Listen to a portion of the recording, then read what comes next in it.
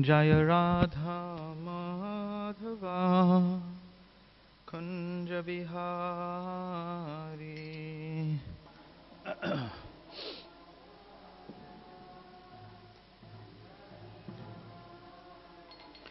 Jaya Radha Madhava Kunja Bihari.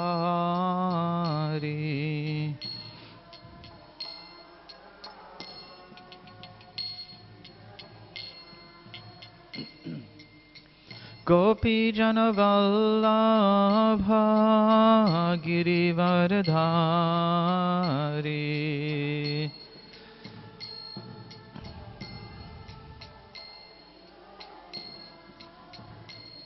Jaya Radha Madhava Kunja Bihari.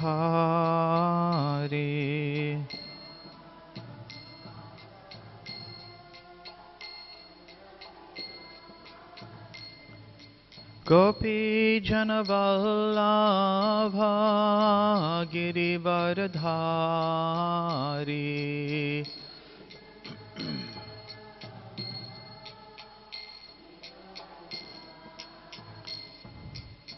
Gopi Jana Vallabha Girivardhari.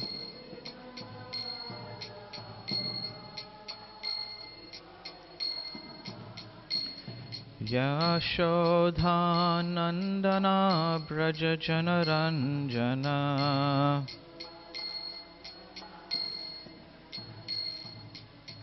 Yashodhanandana Braja Janaranjana.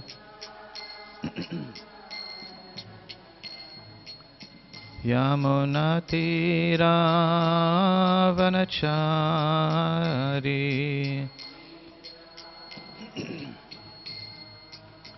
Yamunatira Vanachari.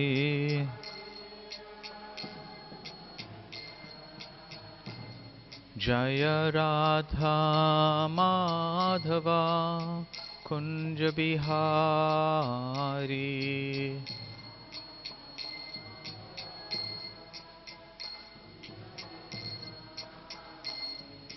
Gopi Jana Vallabha Girivardhari.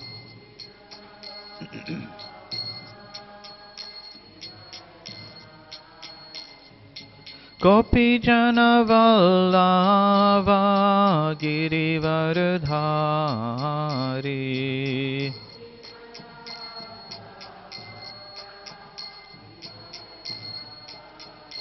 Gopi Jana Vallabha Girivardhari.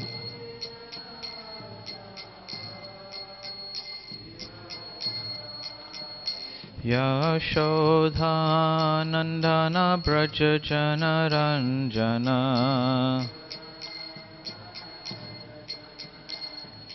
Yashodhanandana Braja Janaranjana.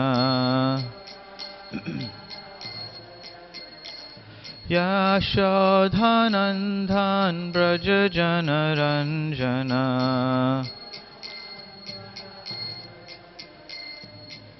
Yamunatira Vanachari.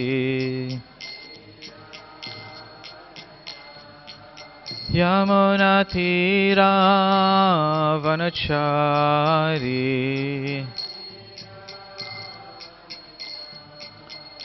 Jaya Radha Madhava Kunja Bihari.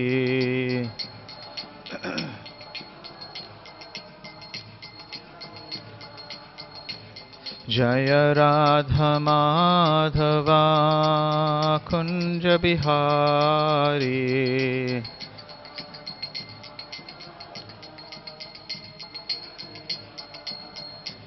Jaya Prabhupada, Prabhupada, Jaya Prabhupada, Jaya Prabhupada.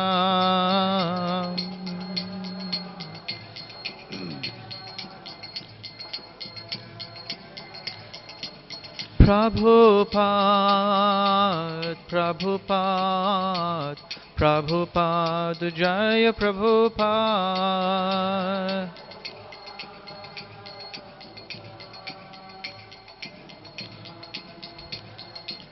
Nitai Gaur Hari Bol, Hari Bol, Hari Bol, Gaura Hari Bol.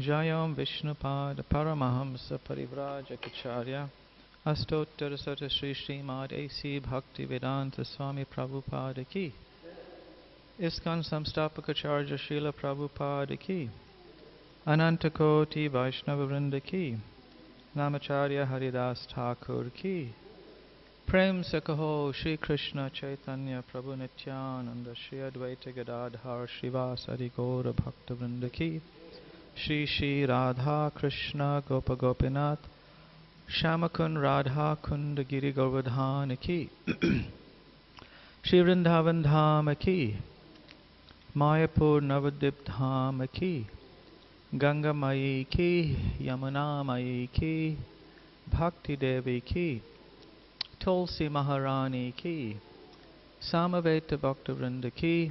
All glories to the assembled devotees. All glories to the assembled devotees.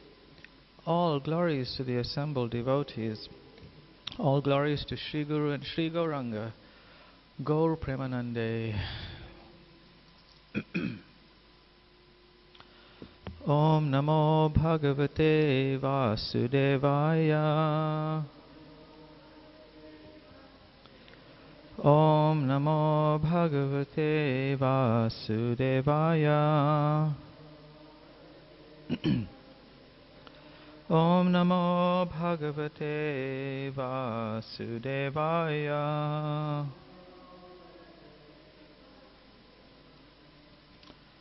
This morning we will continue the reading of Srimad Bhagavatam, Canto 4, Chapter 4, entitled Sati Quits Her Body. And we will read two texts, text 17 and text 18. Which one is on the sheet?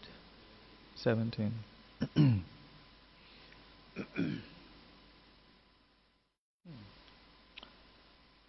Please repeat. Karno Pidhaya Nirayat Yat Akalpa Ishe Dharma Avitari Ashrinibhi Nribhi Ashyamane Chindyat Prasahaya Rushatim Asatim Prabhu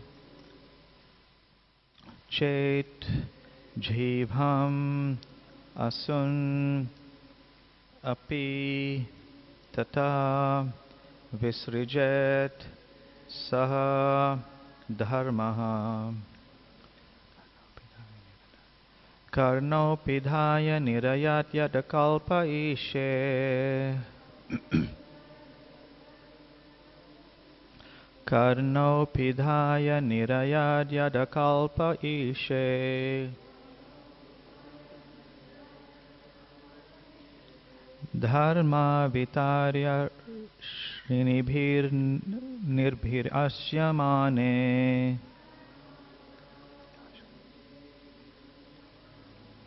Dharma Vitarya Srinibhir Nirbhir Asyamane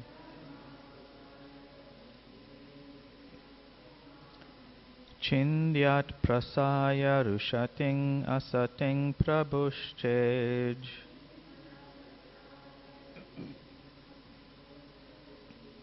Chindyat Prasaya Rushatim Asatim Prabhushchet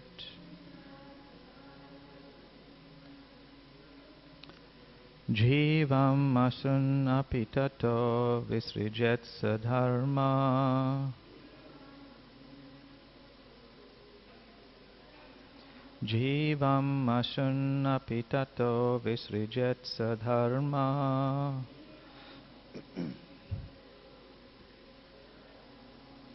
Karno pidhaya nirayad yadakalpa ishe. Dharma vitarya srinibhir nirbirasyamane.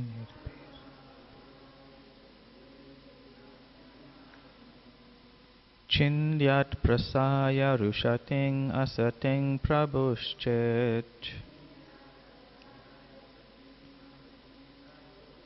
Jivam asunnapi tato visrijet sadharma. Jivam asunnapi tato visrijet sadharma.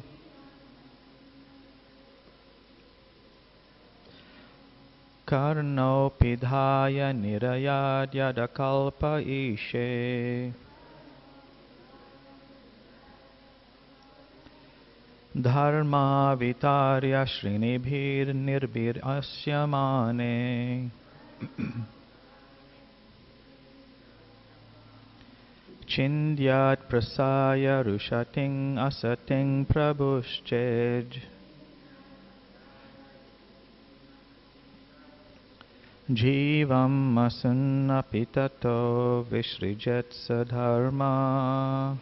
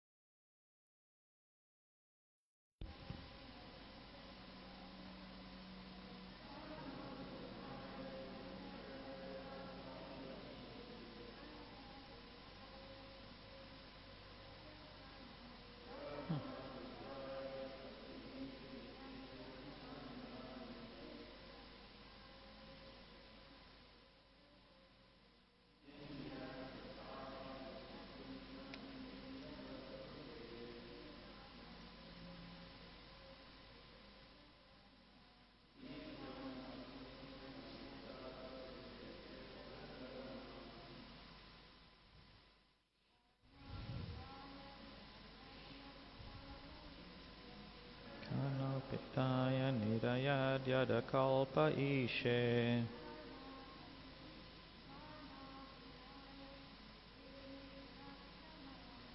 Dharma vitarya srinibhir nirbirasya mane. Chindyat prasaya rushatim asatim prabhushchej.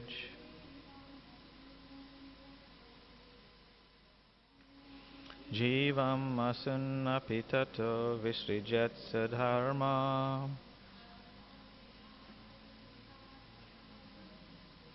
Karno pida niriyayad adakalpa ishe. Dharma vitarya srinibhir nirbirasya mane. Chindyat prasaya rushatim asatim prabhushchej. Jivam asunapitato visrijet sadharma. Karno, both ears. Pidhaya, blocking. Nirayat, one should go away. Yat, if. Akalpa, unable. Ishe, the master. Dharma avitari, the controller of religion. Ashrinibhi, by irresponsible. Nirbhi, persons. Asyamane, being blasphemed. Chindyat, he should cut. Prasaya, by force. Rushatim, vilifying. Asatim, of the blasphemer. Prabhu, one is able. Chet, if. Jhivam, tongue. Asun, his own life. Api, certainly. Tata, then. Visrijet, should give up. Sa, that. Dharma, is the process. Translation. Sati continued. If one hears an irresponsible person blaspheme the master and controller of religion, one should block his ears and go away if unable to punish him. But if one is able to kill, then one should by force cut out the blasphemer's tongue and kill the offender. And after that, one should give up his own life. Srila Prabhupada's purport.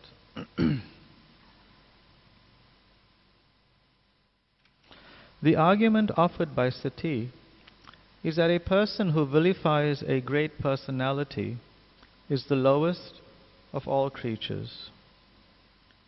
But by the same argument, Daksha could also defend himself by saying that since he was a Prajapati, the master of many living creatures, and one of the great officers of the great universal affairs, his position was so exalted that Sati should accept his good qualities instead of vilifying him.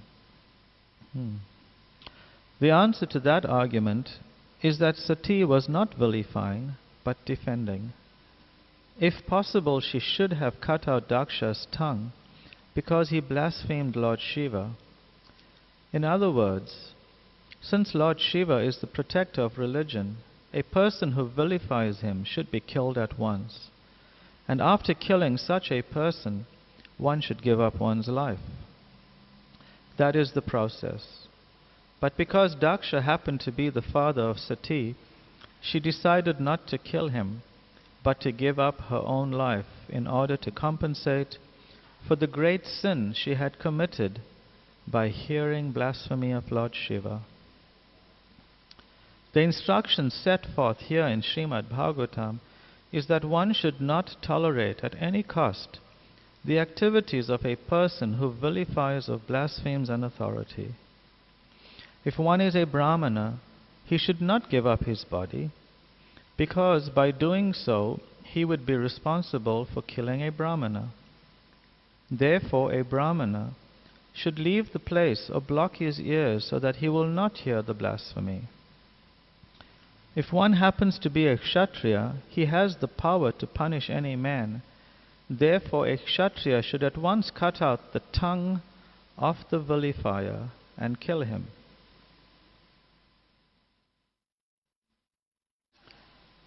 No Kshatriyas around here, right? But as far as the Vaishyas and Sudras are concerned, they should immediately give up their bodies.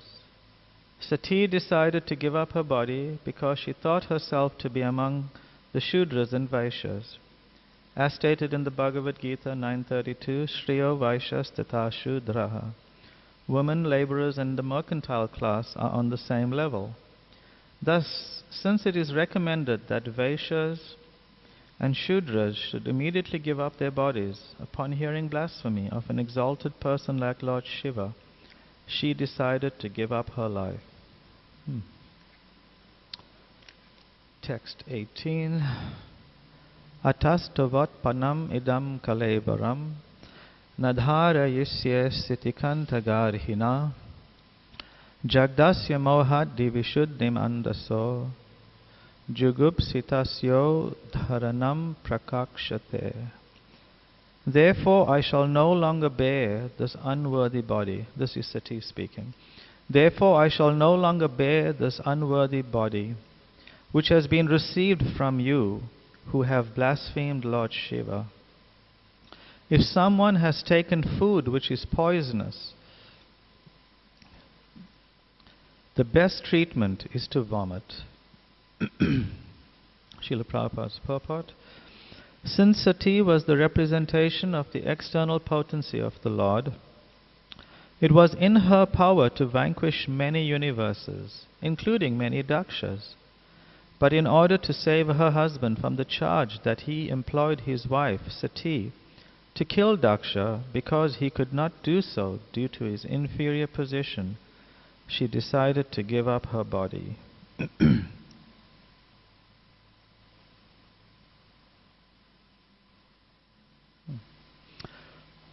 Om Jnana Timirandasya Jnananjana Shalakaya Chakshur Unmilitam Yena Tasmai Shri Guruve Namaha Shri Chaitanya Manobhishtam Shtapitam Jena Bhutale Swayam Rupa Kadamahyam Dadati Swapadantikam Vancha Kalpatarubhyascha Kripa Sindhubhya Evacha Patitanam Pavanebhyo Vaishnavebhyo Namo Namaha Shri Krishna Chaitanya Prabhu Nityananda Shri Advaita Gadadhara Srivasari Gaura Bhakta Vrinda Hare Krishna Krishna Krishna Hare Hare Hare Rama Rama Rama Hare Hare.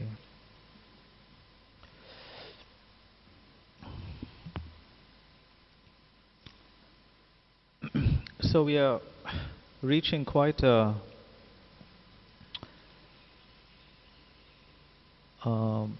momentous part of this very drawn out, tense unfolding of an amazing pastime between Daksha, one of the sons of Lord Brahma, and a very highly respected Prajapati, progenitor in the universal management of this particular universe, very highly respected demigod. And then Lord Shiva. Of course, we've been hearing the glories of Lord Shiva from the perspective of his wife Sati. Such amazing glories are being extolled in the past many verses about Lord Shiva's position. And of course for us, devotees of Krishna, we very eagerly glorify Lord Shiva as the greatest of Vaishnavas. Therefore, even from our perspective, hearing Daksha blaspheme in such ignorant and envious, baseless ways such a personality like Lord Shiva, it's very painful to hear that. Very, very painful. Especially considering his exalted position. Here Sati is describing him to be the master and controller of religion, dharma avitari. Dharma avitari. Ishe dharma avitari. So indeed it's very painful because we recognize Lord Shiva and we recognize Lord Shiva's position because it's so apparent, it's so easy to recognize. And then of course Sati, the youngest daughter of Daksha, who was described earlier to be the favorite of his daughters. He had many daughters, but she was his favorite. But because Daksha was so deeply envious, so deeply attached to his position, to his name and fame and recognition that he felt was due to him, it went in so deep that the level of his envy of Lord Shiva, the extent of his hate of Lord Shiva, was even greater than his love for his daughter. It's amazing, isn't it? You may have affection for someone, you may have love for someone. In this case, Daksha apparently had so much of affection and love for his daughter, but his hate for someone else was so much greater that it moved him to hurt the person that he purported to love. It's quite an amazing churning of mundane emotions. That you hate someone so much that you're willing to hurt someone that you apparently love. It doesn't make sense. So these are the churnings and the intricacies of emotions that are born on the basis of identification with the body and the mind. Very interesting how we are controlled and maneuvered in these ways by the modes of material nature. So in the first text and purport we hear of a directive being quoted by Sati. Of course, Sati is a very elevated personality. She is the external manifestation of the she is the manifestation of the external energy of Krishna. She is Maya Devi herself. So she's not some whimsical, conditioned, simple living entity that's just speaking from the basis of mundane attachment for her glorious husband, but she's speaking amazing truth that must be found somewhere in Shastra with regards to what is to be done to a person who is a blasphemer. That first, that if one is unable to punish the person, one should at least block one's ears and go away. But if one is able to do something, one is physically powerful enough, then one should catch hold of the person, get hold of their tongue, stretch it out a little and cut the tongue. And then it doesn't stop there. What do you have to do, Ganga Mata? What would you do according to this verse? You're supposed to kill them. Right, Segi? Kill a person.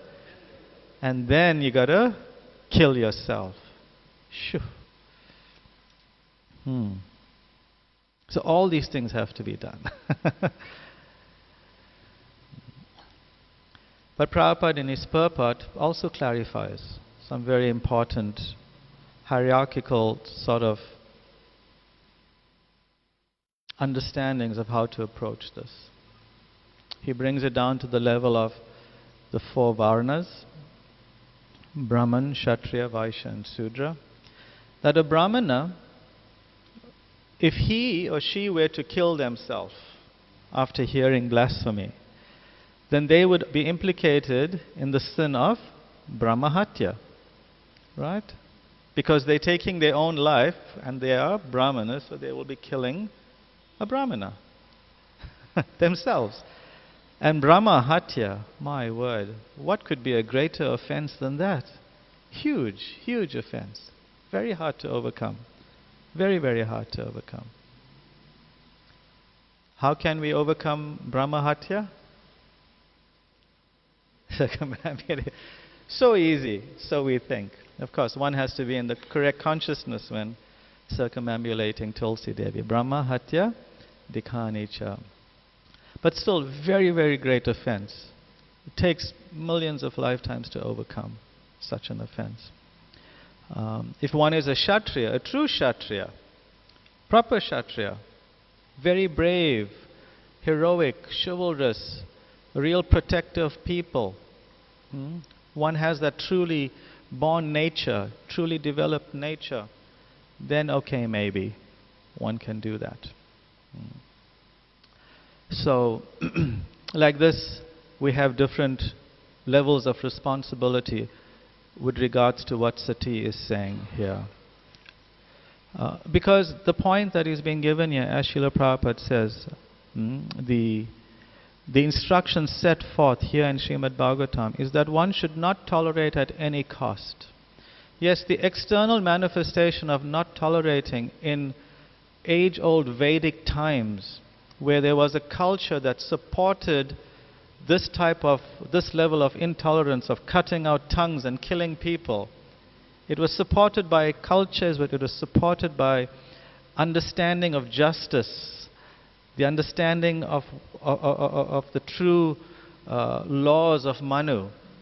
Nowadays it's not supported, it's not respected, so it cannot be done because greater ramifications will occur. But the point that Srimad Bhagavatam Prabhupada is speaking about here is that one should not tolerate at any cost hearing the blasphemy of a devotee. Earlier I alluded to that for us as devotees it's very painful to hear the blasphemy of someone like Lord Shiva, because we are very keenly aware of his glories, isn't it? We're very keenly aware of his glories. How can anyone, it takes a very deeply ignorant person not to know Lord Shiva's glories or to appreciate it. So it's very easy to feel pain. But what about other devotees that we don't know their glories? Our ignorance leads us sometimes onto a path where we may think it's okay. We may pass it off as, it's all right. We're hearing stuff. We hear things every day. But because we know the glories of Lord Shiva, it gives us pain. But what about the glories of devotees that we don't know? Just our ignorance won't save us from the reaction that will come by hearing blasphemy of a devotee. As it is often said in legal circles, ignorance of the law is no fault of the law. So just because you don't know the glories of someone doesn't preclude you from the offense of hearing the offense about a devotee. Because mind you, devotees, all devotees are glorious. The fact that a devotee has chosen, consciously chosen, to turn away from material life and turn towards Krishna's lotus feet is such a rare thing in this world.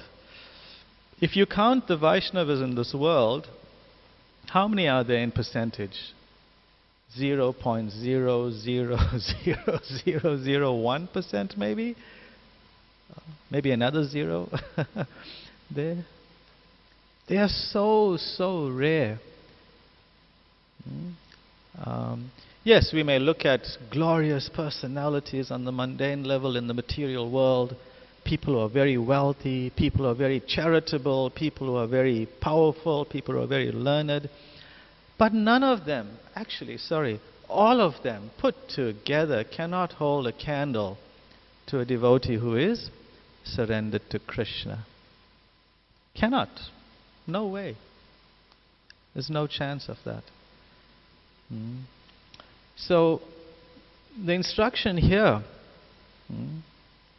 we shouldn't focus on those extreme measures of cutting out, killing, suicide that's mentioned here. It is not relevant to us in this day and age. Not only is it not relevant, we are not qualified. We do not have the civilized qualification on this level that Sati is speaking to follow those injunctions. We do not have that qualification. We don't. What we do have the qualification to do, that we all have the power to do, is to stay away from blasphemy and not be implicated in it. What to speak of speaking it. But even hearing it, so detrimental. So this is the main takeaway point that I found in this section, is that all devotees are glorious. We may not know their glories. It's too bad. We may not know. But at least we can know that they are souls surrendered unto Krishna and very dear to Krishna. Our lives in devotional service are expected to be wanting to serve Krishna, wanting to worship Krishna, wanting to become dear to Krishna. Right? One cannot hope to serve and worship and become dear to Krishna if one is prone to hearing things about devotees who are dear to Krishna.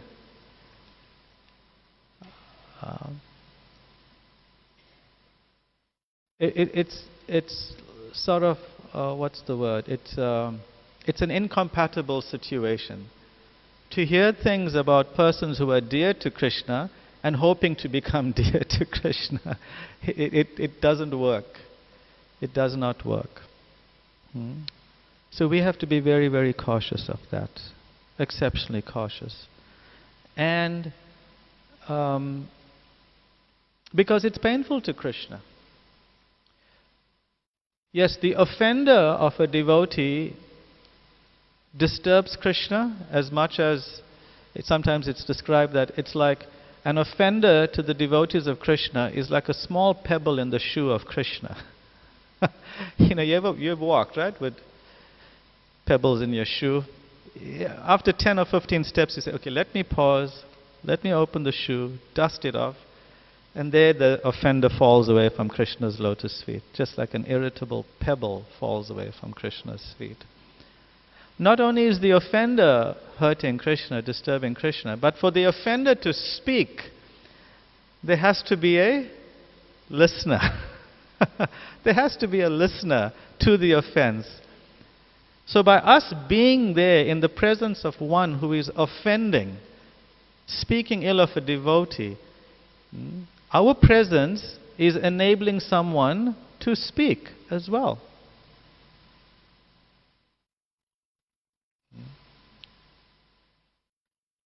So if we also want to be kind to offenders, don't give them opportunity to speak by our presence. Don't give them opportunity to speak by our presence.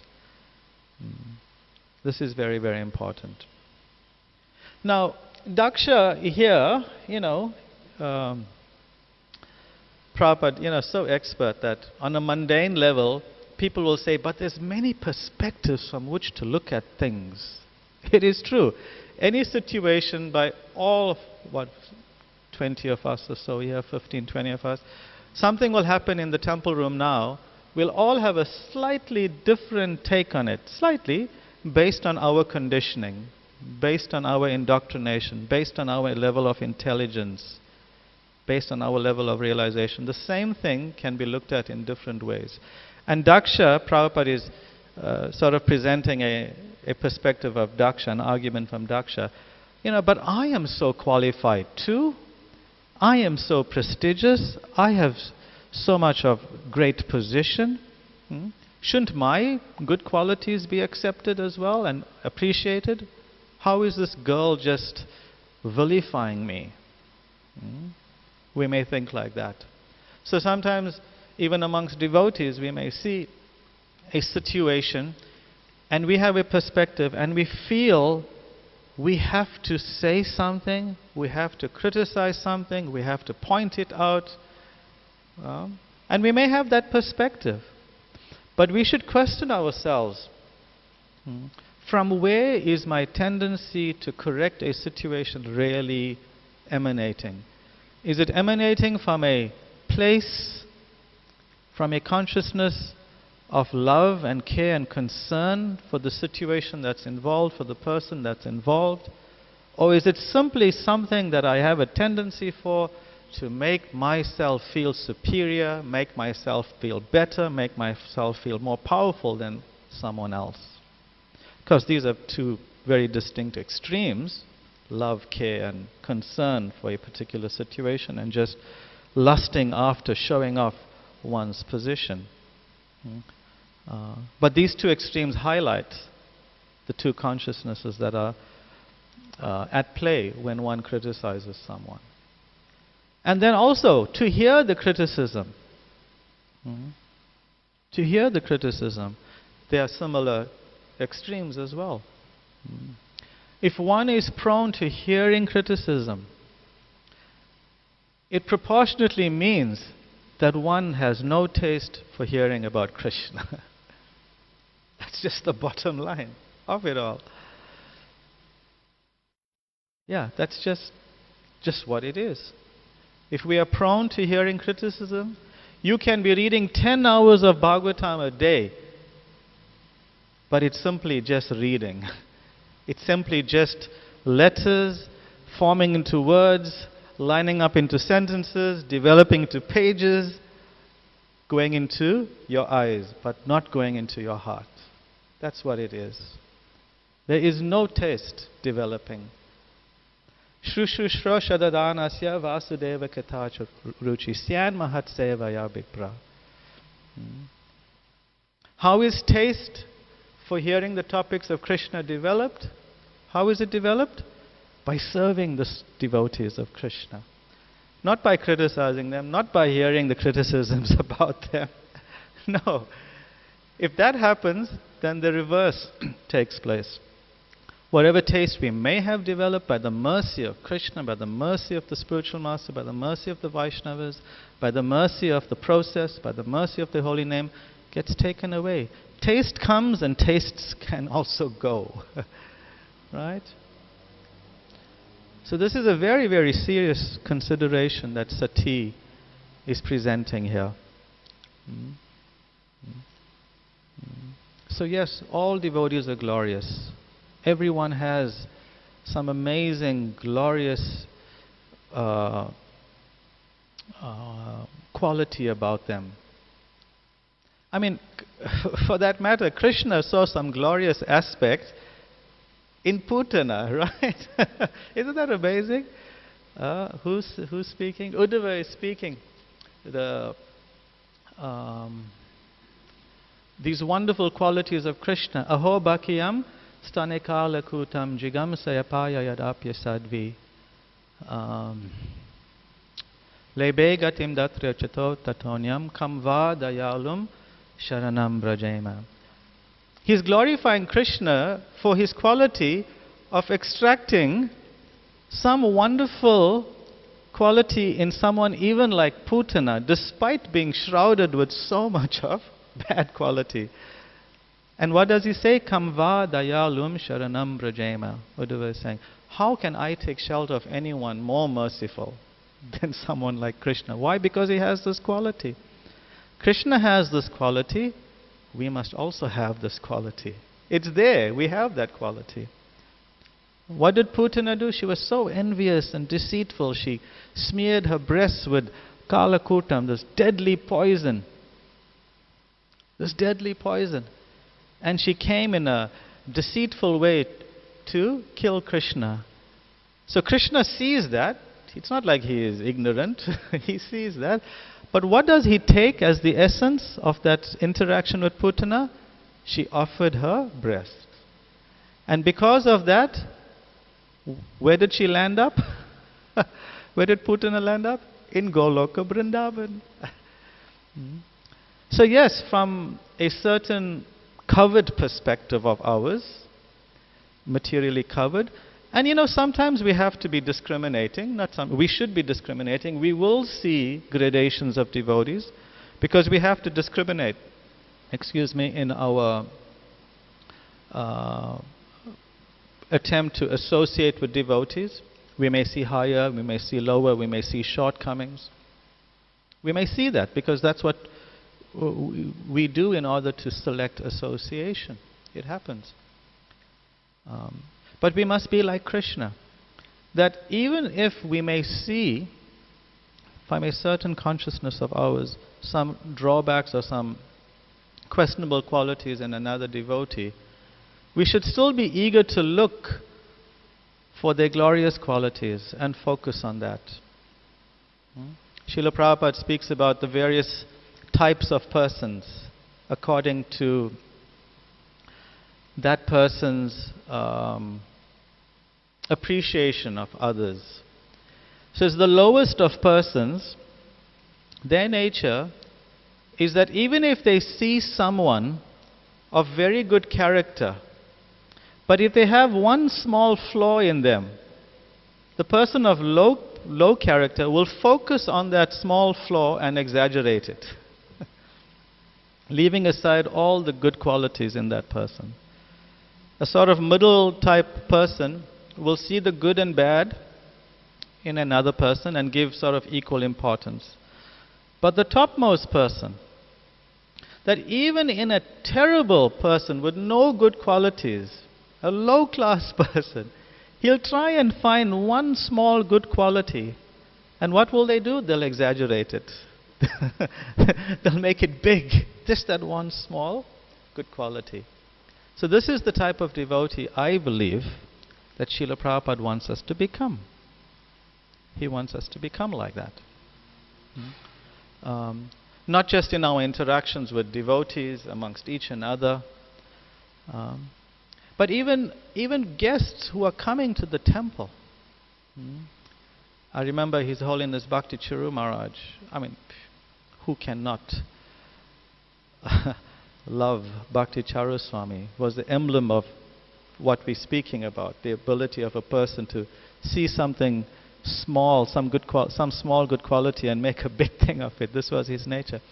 He once said here at Radharana temple that when somebody new walks into the temple, walks into this holy place, we as persons who are living here must view that person who's coming as one of our Father's long lost children.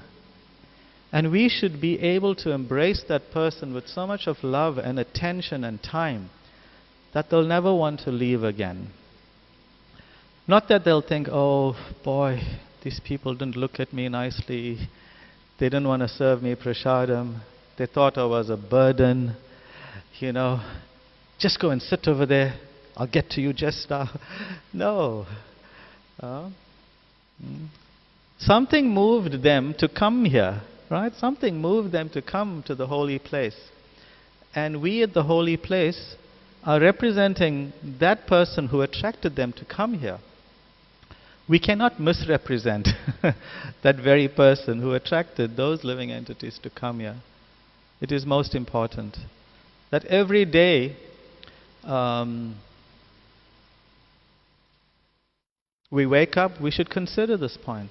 I'm waking up today as a new day, as a representative of Prabhupada, as a representative of Lord Chaitanya. I pray that my entire day can be carried out like that. Can be carried out like that. This is important. Of course, this takes humility. Without humility, one can never hope to become Krishna conscious. Krishna conscious means to develop love of Krishna. As we've often spoken before and we've heard often, Dainya is a synonym for Krishna prema. according to Sanatana Goswami. One cannot be Krishna conscious, one cannot have Krishna prem without being humble, without developing humility. Humility means to see the greatness in Krishna, then automatically one becomes humble. And one of the best practices to see the greatness in Krishna is to identify and recognize and appreciate the greatness in Krishna's devotees. This is a very wonderful process by which to become humble. And seeing the greatness, the wonderful qualities, the devotion in others, then doesn't give us room to fall into the trap of hearing offenses. Because we're too focused, we have spending so much of time on seeing the wonderful qualities in the devotees. This should be our purpose. This should be our purpose, yeah. Sure, I didn't even touch on the next verse, on the purport. Sati here in these verses is being very, very direct. She's not like, she's about to do something exceptionally extreme. Exceptionally extreme. I mean, from this situation, if I'm not, I don't know if it happened before this, but from this incident, the whole process or the practice of sati developed. You'll know that practice of sati, where a lady, upon the death of her husband, when the husband is being cremated, she enters into the fire willingly. Not that, I mean, in India it became so degraded, they were like forcing young widows to, like pushing them onto the fire, which was just horrendous. But willingly, if that desire, if that disposition is there, that would be honored. So she's about to do something really extreme. And that extreme reaction of hers to her father's deep envy is then supported by her very clear, strong statements about his consciousness and about the glories of Lord Shiva. So it's not some whimsical, immature, emotionally reactive response that she is, going to self-immolate herself. It's a very thoughtful, it's a very clear, very deliberate reaction that she's about to do here. She's not, some whimsical person. No, very, very clear. And very, very strong statements. If someone has taken food which is poisonous, the best treatment is to vomit. I mean, what an analogy, right? So powerful. She's been poisoned. She feels poisoned that she has come out, that she is connected to a person who is so envious. That she has to she has to get it out. That's how she feels. That's how she feels. This is the extent of the feeling we should have when hearing blasphemy. We should not tolerate it. Not tolerating also has a certain etiquette about it. Has a certain etiquette. One must be conscious. One's reaction to hearing offenses must be matched by the type of offense, by who's speaking it, and what our position is as well. In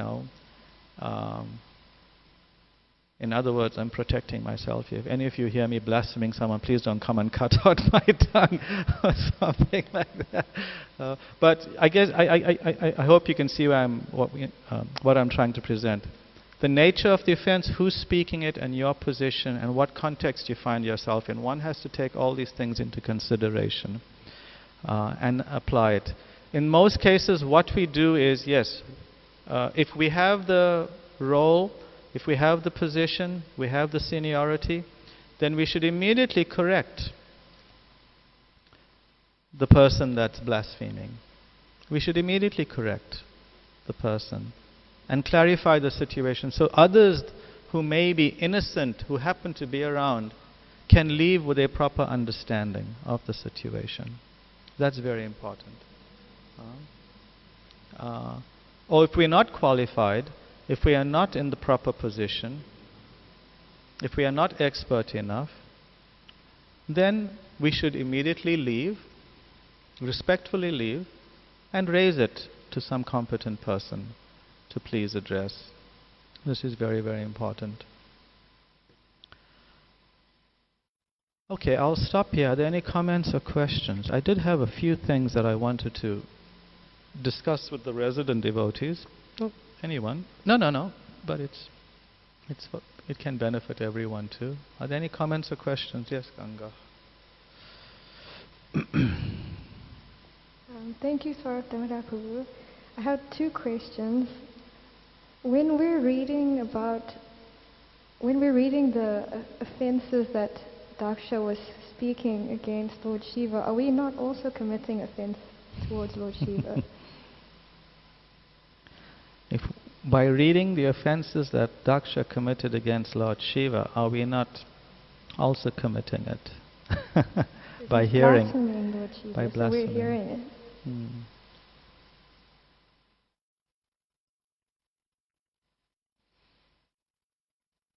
Well, one thing, it's Bhagavatam, right? So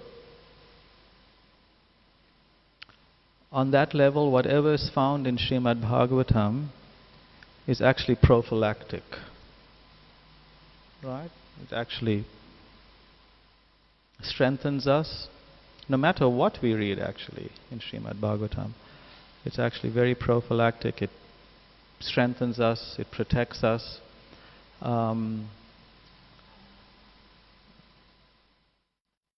Just like reading Chaitanya Charitamrita, we hear often that Mayavadi Sunila Bhashya Sarvanash, that by hearing Mayavad philosophy, Sarvanash, everything is destroyed. But you hear the discussions between Sarvabhauma Bhattacharya, Prakashananda Saraswati, with Lord Chaitanya, and they're presenting the Mayavad philosophy. You're actually reading the essence of it from these highly learned Mayavadis. No one is more learned in Mayavad philosophy in Lord Chaitanya's time than Sarvabhauma Bhattacharya. It was like, my word, who was Sarvabhauma Bhattacharya before? Can't remember. Anyway, so learned. So we're hearing it. But at the same time, we're hearing the amazing dismantling of the philosophy. So, just as sometimes, oh boy, we had to get to the anti-vax and the vax people now. Just like to strengthen the body, according to the science of vaccines, they introduce some of the disease into you, right? And then your body becomes strong enough to fight it, and you get inoculated, you get protected by introduction. So it's like that. So we're hearing the blasphemy, but we're also hearing, by the blasphemy of Lord Shiva, we are also given the opportunity to hear the glories of Lord Shiva. And how each of those statements, criticisms that Daksha foolishly made, is dismantled in the Bhagavatam, the glories of Lord Shiva. So both are there. So they strengthen us, they strengthen our understanding and conviction. However, very deeply covered and ignorant persons, envious persons, can even read Bhagavad Gita, can even read Srimad Bhagavatam. I haven't heard it about Chaitanya Charitamrita, but maybe it's there too.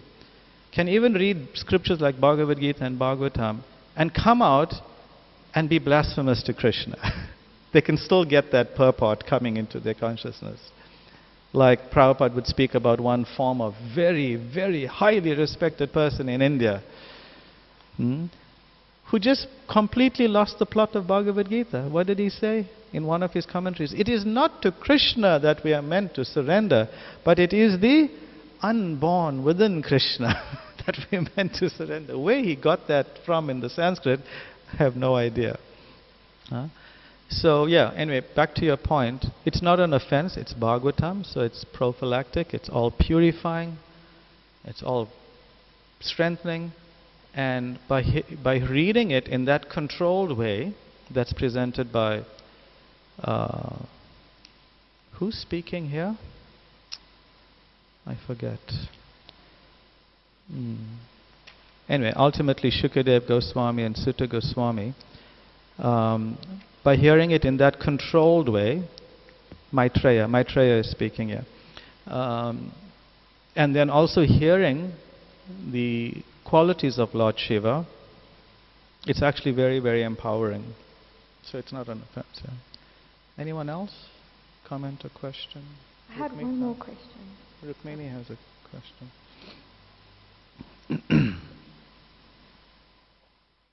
Hare Krishna. Thank you so much, Prabhu, for this class. I was thinking that if I get caught up in negative speech and blasphemy, usually in that time, it's not that we don't know that blasphemy is wrong, but somehow your mind manages to convince you that this is not blasphemy. You know, and so I'm thinking about this line in the purport that Prabhupada is saying that, that she was not vilifying but defending. And I think that's where the mask sort of comes on, because if we read Sati's words without the context of the whole thing, it seems blasphemous. It seems blasphemous. To her father. Yeah, who's like, so it's this sort of, I don't know, trick of the mind or the consciousness that just prevents us from seeing this is blasphemy. How do you deal with that? Yeah, the mind is such a wily character. Very, very smooth. Very smooth the way it operates. So that's why we have sadhana. That's why we have sadhana. Sadhana is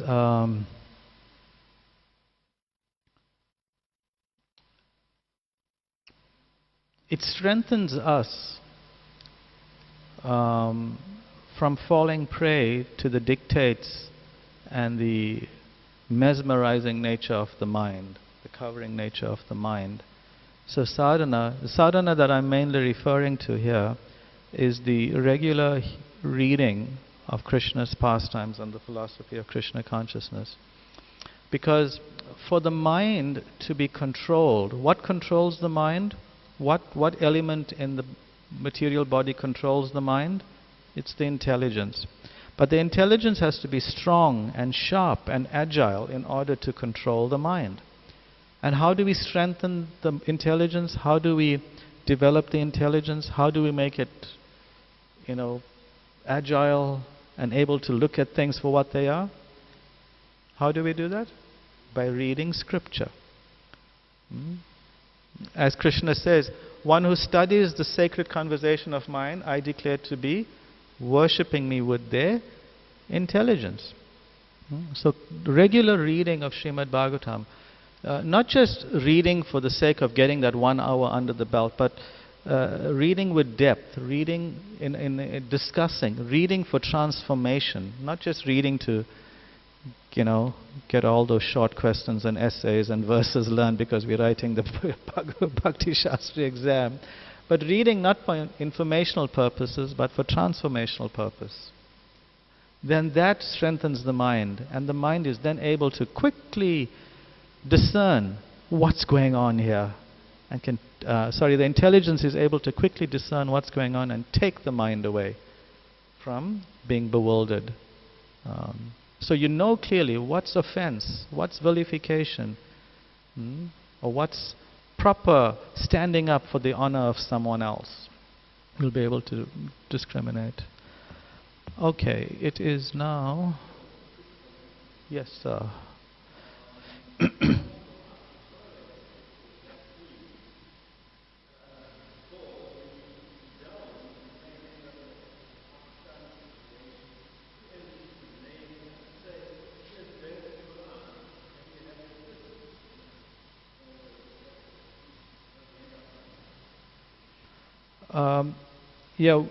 Here it's very clearly saying we should not tolerate blasphemy. Our intolerance of blasphemy is shown by our immediate response to it. Either you correct it, you defeat it, or you leave the place immediately upon hearing it. Now the blasphemer, we are speaking amongst devotees, may be a devotee. May be a devotee. And a devotee, whether they are a blasphemer, if they are a blasphemer, but if they are a devotee, that means they have some connection to Krishna. We still have to show compassion to the person. The first form of compassion to a blasphemer, a devotee who's a blasphemer, is to leave the place. That's our first show of compassion. But we don't reject the person unless that person is really causing, creating an unbearable situation for us to live in the society of devotees. But the person shouldn't be rejected, but the person should be reasoned with and trained and given the association not to blaspheme. Yeah. All right, I'm going to go on to some of the points that I wanted to present to the devotees. Is that all right? Okay. So, devotees, y'all may, I hope y'all did, receive the announcement about writing offerings for Srila Prabhupada's Vyasa Puja book 2022. Okay, I'll send it out again. It went out on the rather not large sort of community group, but we'll send it out to the